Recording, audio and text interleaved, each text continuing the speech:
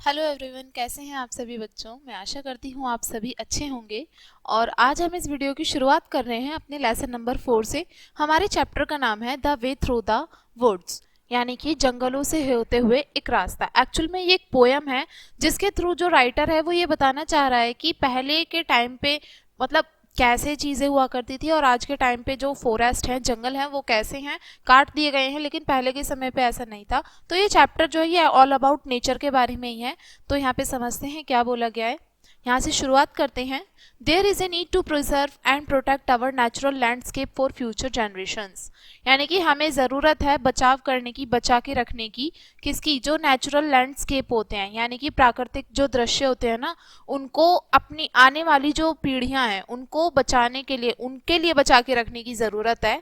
एक बार ये खो गए तो ये कभी भी दोबारा से रिस्टोर नहीं हो सकता, यानी कि दोबारा से हम उन चीज़ों को वापस नहीं ला सकते। तो इसलिए हमें आवश्यक है कि हम आने वाली पीढ़ी के लिए जो बहुत अच्छे अच्छे दृश्य हैं, यानी कि अपनी नेचर को ऑल अबाउट हम मतलब सेव करके रखें, बचा के रखें। ये हमारी प्राकृतिक धरोहर है।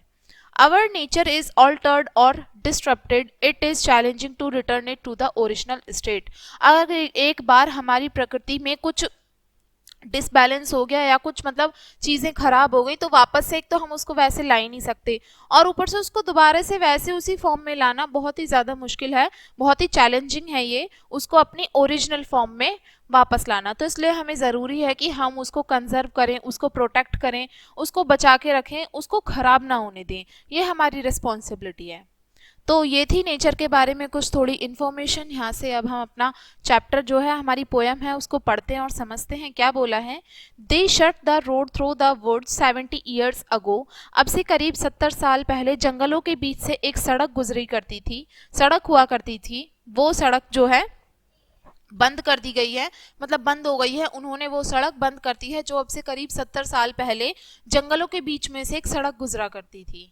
Weather and rain have undone it again, यानी कि मौसम और बारिश वहां पे अक्सर हुआ ही करते थे। And now you would never know there was once a road through the woods, और अब तुम कभी नहीं जान पाओगे कि उस जंगल में एक सड़क भी हुआ करती थी, या एक सड़क भी वहां से गुजरा करती थी जंगल में से। Before they planted the trees, और वहां पे पौधे लगाने से पहले वहां पे क्या हुआ करते थे? बहुत सारे कैनोपीज हुआ करते थे, कॉपी हुआ करते थे, हीथ, मतलब ये वो पेड़ पौधे होते हैं जो आमतौर पर उगाए नहीं जाते इंटेंशनली, ये अपने आप ही उग जाते हैं। जैसे जंगल होते हैं ना, उनमें पेड़ पौधे कोई उगाता थोड़ी है जाके। तो मतलब वहां पे पेड़ अब लगाने से पहले, अब से करीब 70 साल पहले जंगल में बहुत सारे पेड़ पौधे ऐसे हुआ करते थे जिनको नॉर्मली नई पेड़ पौधे जब नए आते हैं ना तो पहले वालों को काट दिया जाता है। उस चीज को बोला गया है कॉपिक। ठीक है, कॉपिक। और हीथ के नीचे, नीचे की तरफ, यानी कि जो हमारी वैसे ही पेड़ पौधे जो वैसे ही मामूली तौर पर उग जाते हैं, उनके नीचे बहुत सुंदर क्या हुआ करते थे? छोटे छोटे थिन एनिमोन्स हुआ करते थे। एनिमोन्स का मतलब होता है छोटे डेलिकेट फ्लावर्स, जो सिर्फ और सिर्फ वही देख सकता है, यानी कि जो मतलब वहां पे आता हो या वहां पे कुछ देखता हो, ऑब्जर्व करता हो, वही उनको देख सकता है। तो अब आगे देखते हैं क्या बोल रहा है राइटर जो है हमारा। That where the ring dove brood and the badgers roll at ease, यानी कि उस जंगल में जहाँ पे जो रिंग डोव, देखो रिंग डोव का मतलब होता है कबूतर। कबूतर नॉर्मली ये वैसे सभी पीजन्स में ना ये बड़े माने जाते हैं, और इनका कलर भी ना थोड़ा ऐशी कलर का होता है, ऐश कलर होता है इनका। रिंग डोव उसको बोला गया है। रिंग डोव वहां पे अपने ब्रूड करते हैं, ब्रूड का मतलब अंडे देना। ठीक है, और जो बैजर्स हैं, बैजर्स यानी कि एक एनिमल को बताया गया है, यानी कि जो वैसे कूद के पेड़ों पे चढ़ जाता है ना, इसी तरीके का एक जानवर है बैजर। वो भी आसानी से पेड़ों के ऊपर रोल हो जाता है। रोल का मतलब है घूम फिरा के इधर उधर चढ़ जाता है। और जो पीजन है वहां पे, कौन से रिंग डोव जो है, वो भी वहां पे अपने अंडे देते हैं। There was once a road through the woods, और जंगलों में से एक रोड गुजरा करती थी, एक सड़क वहां से होकर गुजरा करती थी। Yes if you enter the wood of a summer evening late, हाँ अगर तुम जंगलों में गर्मियों की शाम को कभी आते हो, देर शाम को आते हो गर्मियों में, तो when the night air cools, जब रात के समय हवा ठंडी हो जाती है, on the trout ring pools, और जो पूल है यानी कि जो तालाब है जंगल में, उसमें क्या है? ट्राउट जो है, ट्राउट यानी कि जो मछलियां हैं ना, उनको बोला गया है। जो मछलियां हैं उनकी आवाज सुनाई देगी आपको। और जो ऊटर है, ऊटर का मतलब है ऊद बिलाव, ऊद होते हैं ना, वो है, वो अपने मेट्स को बुलाते हैं, अपने साथी को बुलाने के लिए आवाजें निकालते हैं। They fear not man in the woods, और उन्हें कोई डर नहीं है कि जंगल में कोई इंसान है या नहीं है, क्योंकि होते भी थे तो बहुत ही एक आधा ही दिखाई देता था, जंगलों में इंसान आमतौर पर नहीं हुआ करते थे। You will hear the beat of a horse feet, और तुम जंगलों में मतलब घोड़े के जो पैरों की जो आवाज होती है ना, आप उनको भी सुन सकते हो।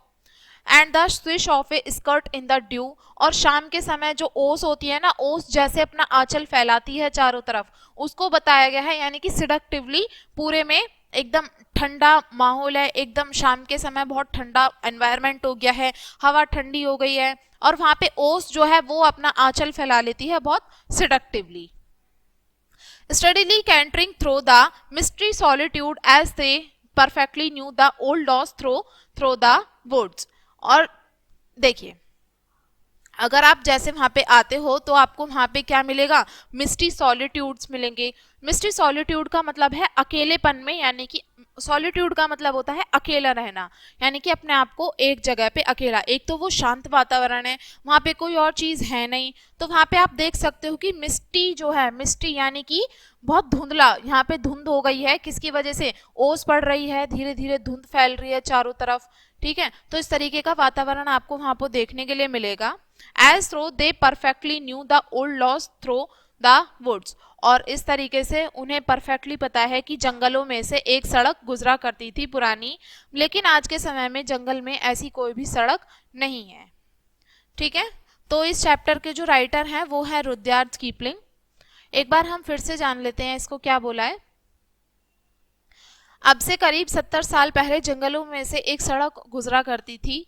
Whether the rain have undone it again, जहाँ पे मौसम और बारिश वहां पे दोबारा हुआ करते थे, बार बार होते रहते थे। And you know would never no, और तुम कभी नहीं जान पाओगे कि जंगलों में से वो सड़क कभी गुजरा करती थी। जहाँ पे पौधे अब उगाए गए हैं ना, प्लांटेड अब हैं, वहां से पहले, उस समय से पहले वहां पे बहुत सारे जो आमतौर पर पेड़ पौधे उगे हुए होते हैं जंगल में, उनके नीचे बहुत सुंदर छोटे छोटे फ्लावर्स होते थे, और सिर्फ उनको वही देख सकता था जो नॉर्मली आके मतलब जंगलों में कोई आया हो, या उसने ऑब्जर्व किया हो चीजों को, या उसने कोई रख रखाव किया हो उनका, वही उनको देख सकता है वहां पे। That where the ring dove brood, और उस जगह पे मतलब जो कबूतर हैं वो अपना घोंसला बनाते हैं, अंडे देते हैं, और जो बैजर्स हैं वो भी पेड़ों पे इधर उधर घूमते रहते हैं। और आप कभी नहीं जान पाओगे कि जंगल में कभी ऐसी सड़क भी हुआ करती थी। हाँ, अगर तुम कभी जंगलों में आते हो शाम के समय लेट में, ठीक है, जब रात की समय जो हवा होती है वो ठंडी हो जाती है, और जो तालाब है, तालाब में मछलियां जो हैं वो मतलब इधर उधर घूमती रहती हैं, और जो ऊटर होता है, ऊटर यानी कि ऊद, ऊद जो है वो अपने मेट को, साथी को बुलाने के लिए आवाज निकालता है वो। और वहां पे उन्हें मैंस का यानी कि इंसानों का कोई डर नहीं है जंगल में, क्योंकि उस समय मतलब जो लोग होते थे वहां पे पॉपुलेशन इतनी ज्यादा नहीं होती थी, तो वहां पे लोग भी थोड़े ही हुआ करते थे। You will hear the beat of a horse feet, और आप वहां पे जंगलों में जो हॉर्स होता है, घोड़ा होता है, उसके पैरों की आवाज भी आप आसानी से सुन सकते हो।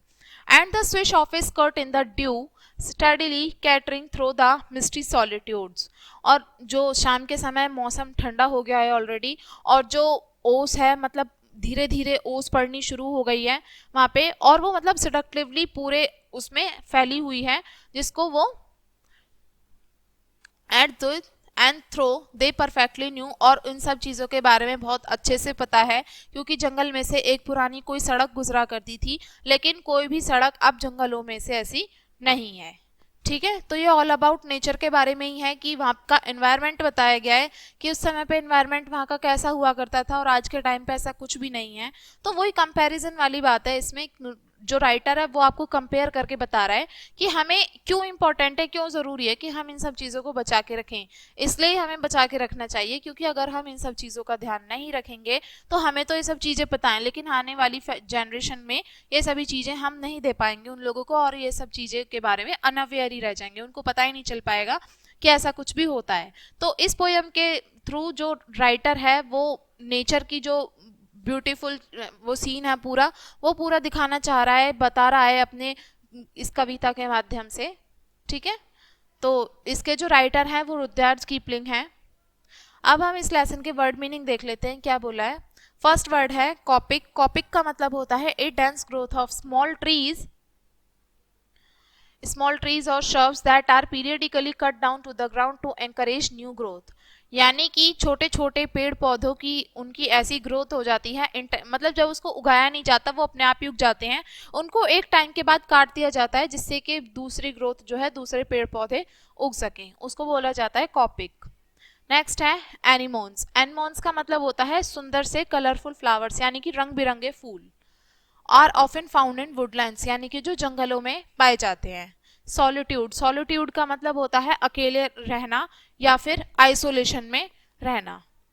इमर्सिव। इमर्सिव का मतलब है इन्वॉल्विंग डीपली इंगेजिंग और एब्जॉर्बिंग एक्सपीरियंसेस, यानी कि अपने आप में अनुभवों को समेटे रखना या फिर डीपली किसी चीज में एंगेज हो जाना, किसी चीज में मतलब बहुत गहराई से लिप्त हो जाना या फिर अपने अंदर बहुत ज्यादा एक्सपीरियंस अनुभव समेटे रखना, उसका मतलब होता है इमर्सिव। ठीक है, तो बच्चों ये था हमारा चैप्टर। मैं आशा करती हूँ आपको चैप्टर अच्छे से समझ में आ गया होगा। अब इस वीडियो को एंड हम यहीं पे करेंगे। इसी के साथ मिलेंगे नेक्स्ट चैप्टर में नई वीडियो के साथ में। And thanks for watching.